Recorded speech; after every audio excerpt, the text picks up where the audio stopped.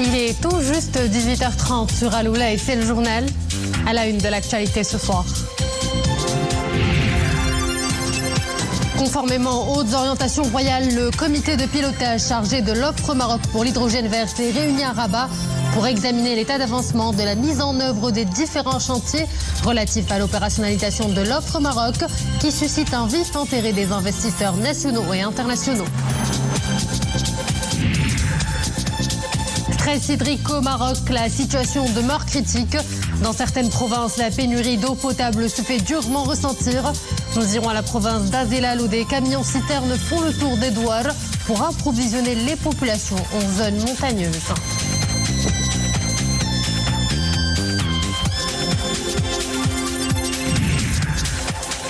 Ensuite, cap sur Nador, plus précisément à Talayoun, avec ses sites touristiques attrayants, montagnes, littoral et forêts verdoyantes. Le site séduit à première vue. Il est d'ailleurs pris d'assaut par les touristes nationaux et internationaux. Bonsoir à tous. En application des hautes instructions de Sa Majesté le Roi Mohammed VI, chef suprême et chef d'état-major général des Forces armées royales, l'opération de sélection et d'incorporation des appelés au service militaire au sein du 39e contingent débutera le 2 septembre. Un communiqué de l'état-major général des Forces armées royales précise que toutes les mesures nécessaires pour la réussite de cette opération ont été prises en coordination avec les différents acteurs et parties concernés. Les candidats ayant reçu leurs ordres d'appel doivent consulter au préalable les informations importantes y afférentes et respecter la date et le lieu désignés pour l'opération de sélection, tout en présentant l'ensemble des documents requis et des diplômes obtenus. S'agissant des moyens de transport permettant de faciliter l'accès aux centres dédiés à cette opération, notamment pour les régions non reliées ou éloignées du réseau routier ou ferroviaire, les appelés peuvent accéder au site tejnid.ma pour s'informer des horaires et des lieux dédiés aux autocars mis à leur disposition à titre gracieux pour rejoindre les centres de sélection. Enchaînons tout de suite avec la réunion ce matin du Conseil de gouvernement. À l'ouverture des travaux, une allocution du chef du gouvernement dans laquelle Aziz Akhnouch a souligné qu'à l'horizon de la seconde moitié de son mandat, l'exécutif compte se pencher sur le renforcement de la dynamique d'investissement et la création d'emplois, et ce en parallèle avec la consolidation des fondements de l'État social tels que voulus par Sa Majesté le Roi. Aziz Akhnouch a souligné que les hautes orientations royales offrent une approche claire, en ce sens que le gouvernement compte, en vertu de la note d'orientation du projet de loi de finances 2025, adressée aux différents départements ministériels au début du mois, poursuivre la mise en œuvre de l'ensemble des chantiers de réforme dans tous les secteurs avec la célérité et l'efficacité nécessaires et concrétiser le programme gouvernemental. À l'agenda des travaux de ce Conseil, l'adoption d'un projet de loi modifiant et complétant la loi relative à la procédure pénale. Le Conseil a également approuvé 2 projets de décret. Le premier modifie le décret portant création de la zone franche d'exportation Betoya et le deuxième modifie le décret portant création de la zone franche d'exportation Tanger Automotive City.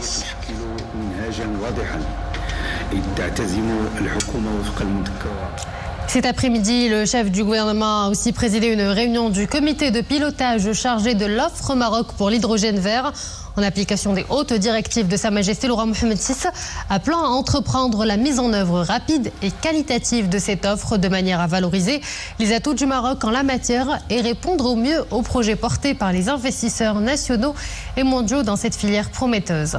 Nordine Saber et Sofia Fkrout. Autour de la table, le chef du gouvernement, plusieurs ministres, ainsi que le PDG de Mazen. À l'ordre du jour, l'examen de l'état d'avancement des différents chantiers relatifs à l'opérationnalisation de l'offre Maroc pour l'hydrogène vert, l'occasion pour le comité de pilotage de discuter de la méthodologie qui sera adoptée pour l'évaluation et la sélection des projets.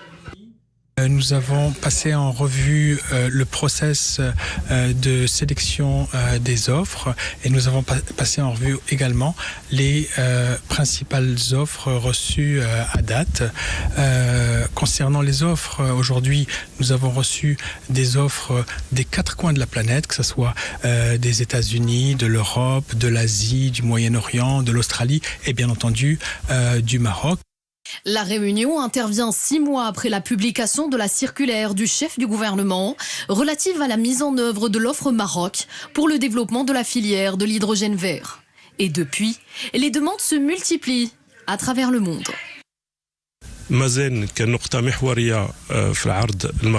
En tant qu'acteur central dans l'offre de l'hydrogène vert, Mazen a mis en place une plateforme numérique en faveur des investisseurs. Jusqu'à la date d'aujourd'hui, nous avons reçu plus de 40 demandes émanant du Maroc et de l'étranger. Autre point positif, c'est que les demandes concernent les différentes régions du Maroc, du nord jusqu'aux provinces du sud, qui ont attiré l'intérêt des opérateurs. Un intérêt qui est le fruit d'une offre compétitive, intégrée, transparente et pratique. Dans ce cadre, l'État avait entrepris, conformément aux hautes directives royales, de définir un foncier public significatif d'environ 1 million d'hectares. Objectif, inciter et accompagner les porteurs de projets. L'enjeu, développer cette filière prometteuse. Le Maroc confirme sa volonté de devenir l'un des plus grands producteurs d'hydrogène vert, de transformation énergétique d'envergure. Une actualité que l'on décrypte en compagnie de Zakaria Ferrano, professeur à la faculté des sciences juridiques, économiques et sociales de Rabat Agdal. Professeur, bonsoir. Merci d'être avec nous ce soir. Merci de l'invitation. Donc, nous le disions justement, Aziz Akhnouch a présidé cet après-midi une réunion du comité de pilotage chargé de l'offre Maroc pour l'hydrogène vert, moins de 6 mois après la diffusion du chef du gouvernement. L'agence marocaine pour l'énergie durable Mazen a reçu une quarantaine de demandes pour des projets dans différentes régions du royaume. L'offre Maroc séduit à grande échelle, n'est-ce pas, professeur? Je pense que oui, la réponse est là, parce qu'en recevant 40 demandes ou 40 investissements potentiels dans la filière hydrogène vert, cela veut dire simplement que le Maroc commence à devenir un acteur très attirant pour les investisseurs à l'étranger, pas uniquement à l'étranger. Nous avons aussi des projets qui ont été soumis à Mazen qui sont des projets nationaux. Et cela veut dire que l'hydrogène vert commence à devenir une filière très attrayante au niveau international. Il faut rappeler aussi que l'hydrogène vert aujourd'hui constitue le futur de ce qu'on appelle la consommation énergétique dans le monde. Aujourd'hui, nous avons des acteurs qui rentrent, avec des investissements mastodontes dans la filière hydrogène. Vous avez l'Allemagne, vous avez le Japon, vous avez la France et le Maroc aussi. Il est entré avec une grande offre. Nous avons 1 million d'hectares qui seront offerts à ces investissements. Nous avons un potentiel énergétique très important, parce que parmi les rares pays qui ont un certain potentiel très attirant en matière d'hydrogène vert, c'est le Maroc. Nous avons une capacité de production d'énergie qui permettra de produire l'hydrogène vert. Nous avons l'éolien, nous avons l'énergie solaire, nous avons une plateforme de production qui est très importante, parce que nous avons plus de 3600 km sur l'accès atlantique et l'accès, je dirais aussi le deuxième accès maritime. Et dans ce sens-là, le Maroc constitue, je dirais aujourd'hui, une plateforme de production d'hydrogène vert qui est très importante et très attrayante pour l'ensemble des investisseurs à l'international. Aujourd'hui, avec les 40 projets qui ont été exposés devant le chef de gouvernement, je pense que le processus a été enclenché. Ça veut dire que nous sommes dans le démarrage du processus de création de la filière hydrogène vert, et ça devrait être fait de façon, je dirais, à cheval entre une approche quantitative. Ça veut dire qu'il faut des investissements lourds qui doivent être mis dans la filière et qui doivent être implémentés. Et je pense que les 1 million d'hectares qui ont été déployés pour ce projet sous les instructions royales de Sa Majesté le Roi Mohamed VI vont permettre de faciliter cette implémentation. Et un deuxième relais, c'est ce qui a été rappelé dans la lettre du chef du gouvernement, c'est qu'il faut avoir une approche aussi qualitative dans le sens du choix technologique qui doit être pris en considération lorsqu'on va produire l'hydrogène vert. Il faut rappeler qu'aujourd'hui, le coût de production de l'hydrogène vert, il est très élevé, et je pense que c'est le développement technologique, c'est l'innovation qui va permettre à l'ensemble des acteurs de rentrer dans une filière qui constitue aujourd'hui le devenir de la production. Certes, aujourd'hui, c'est l'hydrogène qui n'est pas l'hydrogène vert, je parle de l'hydrogène bleu ou l'hydrogène qui vient un peu des énergies fossiles qui domine, mais dans les 20 et 15 ans qui vont venir, c'est l'hydrogène vert qui va devenir, je pense, entre 40 et 48% de la production d'hydrogène au niveau international. Et je pense qu'aujourd'hui, le message est clair. Le Royaume dit simplement, et dit de façon directe et facile et claire, que le Maroc se positionne comme étant un hub de production de l'hydrogène vert au niveau, pas uniquement de la région, mais au niveau aussi de toute la planète, parce que sont rares aujourd'hui les acteurs qui sont à l'international, qui s'implémentent. Certes, le Maroc est un pays, on dirait, en développement, émergent dans cette question, mais je pense que les années qui vont venir vont lui permettre de gagner une place très importante dans cette filière d'hydrogène vert. Professeur, merci pour cet éclairage. Veuillez rester avec nous le temps de faire le point sur une des mesures d'urgence prises en vue d'alimenter les populations dans un contexte de stress hydrique. C'est le cas au niveau de plusieurs communes territoriales. Nous le verrons ensemble dans la province d'Azelal, dont les habitants sont acculés à attendre l'arrivée des camions-citernes pour s'alimenter en eau potable. C'est un reportage de Fatiha Oumrar, Brahim Chekir et Sofia Fgrout. Ce camion-citerne va bientôt entamer sa tournée des douars dans la province d'Azellal. Sa mission, distribuer de l'eau potable aux habitants des zones les plus affectées par la sécheresse. Premier arrêt, la commune de Bni Ayat. La distribution des eaux dans ces camions fait partie du programme national pour l'approvisionnement en eau potable et l'irrigation, inspiré par la vision royale en matière de gestion des ressources hydriques.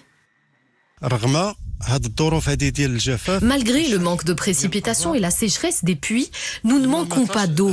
La commune distribue l'eau 3 fois par semaine en quantité suffisante. La quantité d'eau distribuée varie justement selon les besoins de chaque douar. Parmi les critères, le nombre de familles ou encore les impacts des changements climatiques sur la zone.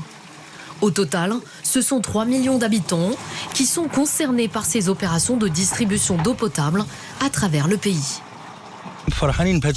Nous sommes satisfaits que cette citerne vienne nous approvisionner 3 à 4 fois par semaine. En plus, si on les appelle parce que nous organisons une fête de mariage ou que nous avons une urgence, ils viennent nous fournir à 15h ou à 16h. 4 camions-citernes font le tour des douars en attendant une solution définitive qui consiste à creuser des puits. Ils sont d'ailleurs prêts. Il faut juste des détails comme un tuyau ou encore un câble électrique. Parmi les autres mesures du programme, l'aménagement de petites stations mobiles monoblocs de déminéralisation de l'eau saumâtre. Exemple, cette unité inaugurée à Ouawizert, dans la province d'Azellal, et qui approvisionne en eau potable près de 20 000 habitants. Techniquement, il s'agit d'une petite station. Son montage est facile et sa maintenance aussi. Il est possible de la déplacer si besoin. C'est donc une solution rapide au problème. Et son déploiement ne nécessite pas un grand terrain. Déployer des ressources financières et matérielles pour faire face à la raréfaction des ressources hydriques. Mais bien souvent, au problème de la sécheresse, s'ajoute celui de la surexploitation de l'eau. Les mesures d'urgence ne peuvent réussir sans une prise de conscience générale que les ressources ne sont pas intarissables et que leur gestion doit être durable et responsable.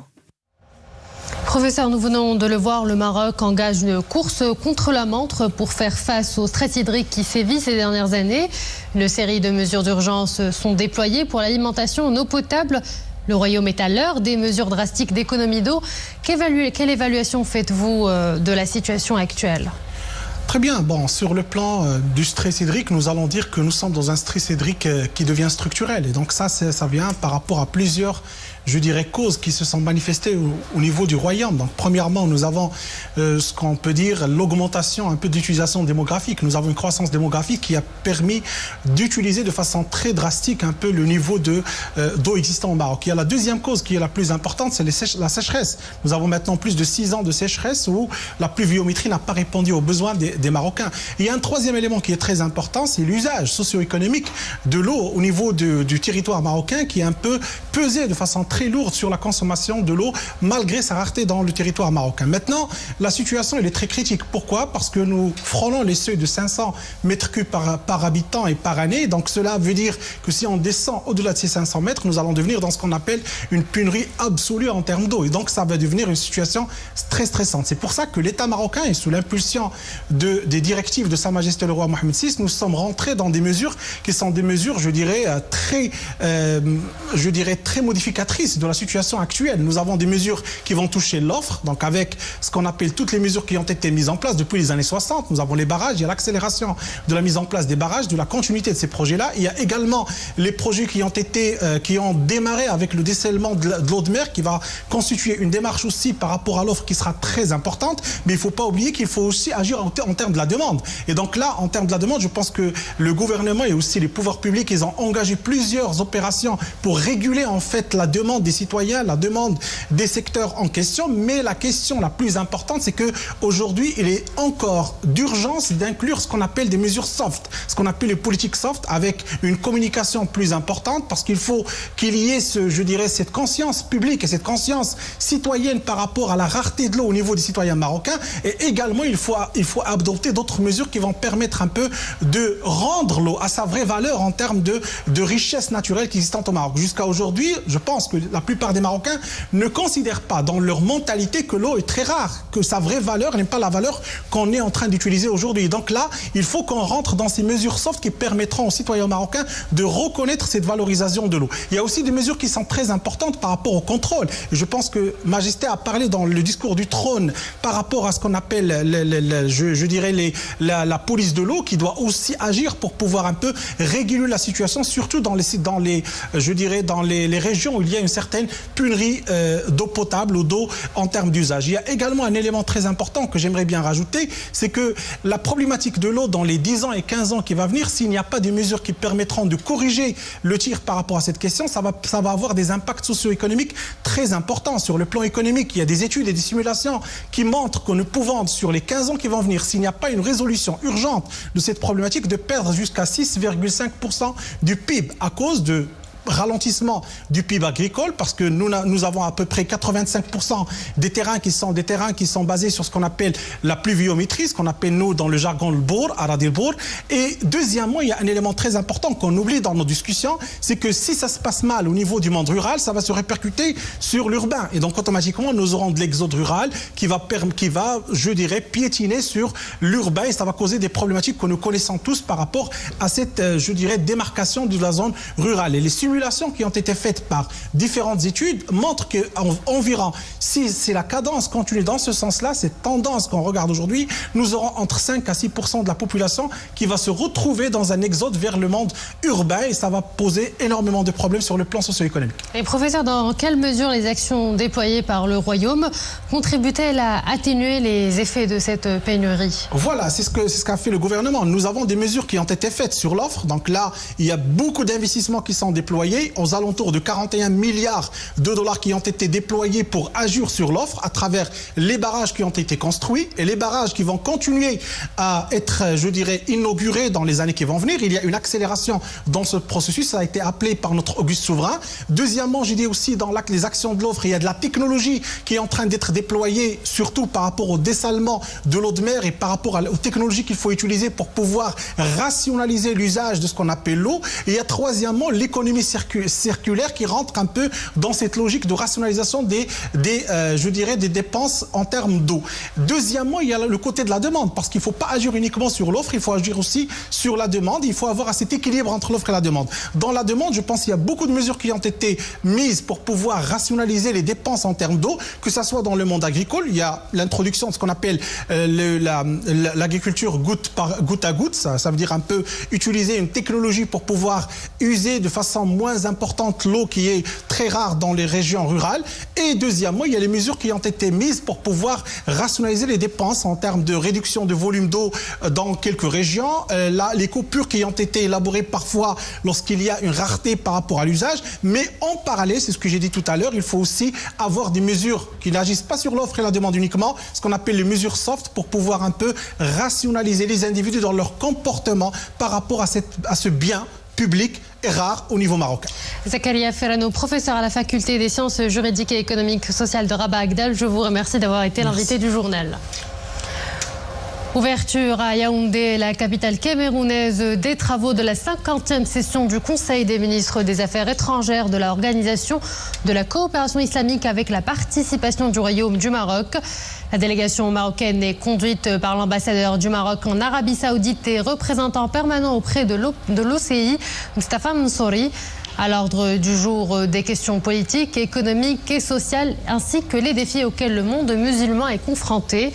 Ce conclave de 2 jours est placé sous le thème développement des infrastructures de transport et de communication intra-OCI, instrument majeur de lutte contre la pauvreté et l'insécurité. Les participants à la réunion examineront également les derniers développements de la question palestinienne, le processus de paix au Moyen-Orient et l'évaluation de la situation dans la région du Sahel.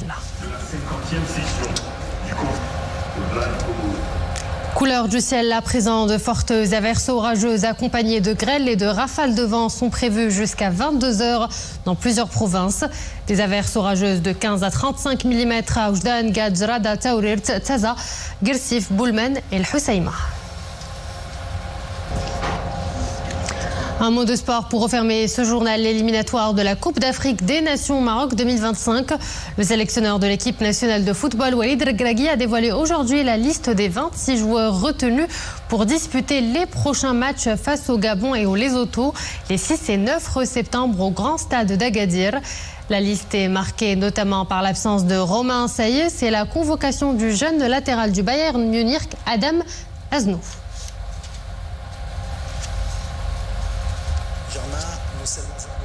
Manchester United, Abdelkabir Abkar. Cap à présent sur Nador, la ville aux 1001 sites touristiques, des coins de paradis adulés par les touristes. Atalayoun en est un. C'est un écrin naturel qui s'est métamorphosé au fil des années. 154 hectares connus pour leurs plages paradisiaques, les parcs naturels et le patrimoine culturel. Enfin, Yaqoubi, Wassim, Msaoud, Medik, Rakchou et Maria Oued.